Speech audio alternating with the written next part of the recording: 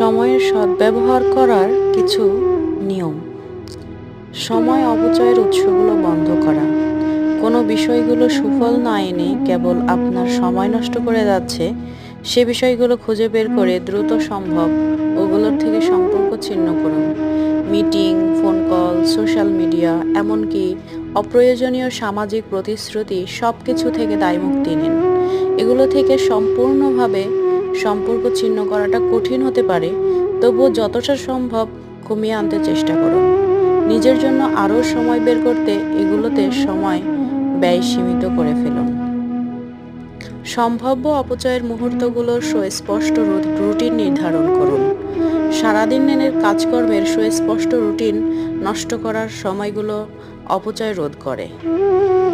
অবসর সময়কে বিচক্ষণতার সাথে কাজে লাগানো। যখনই একখণ্ড অবসর সময় পান,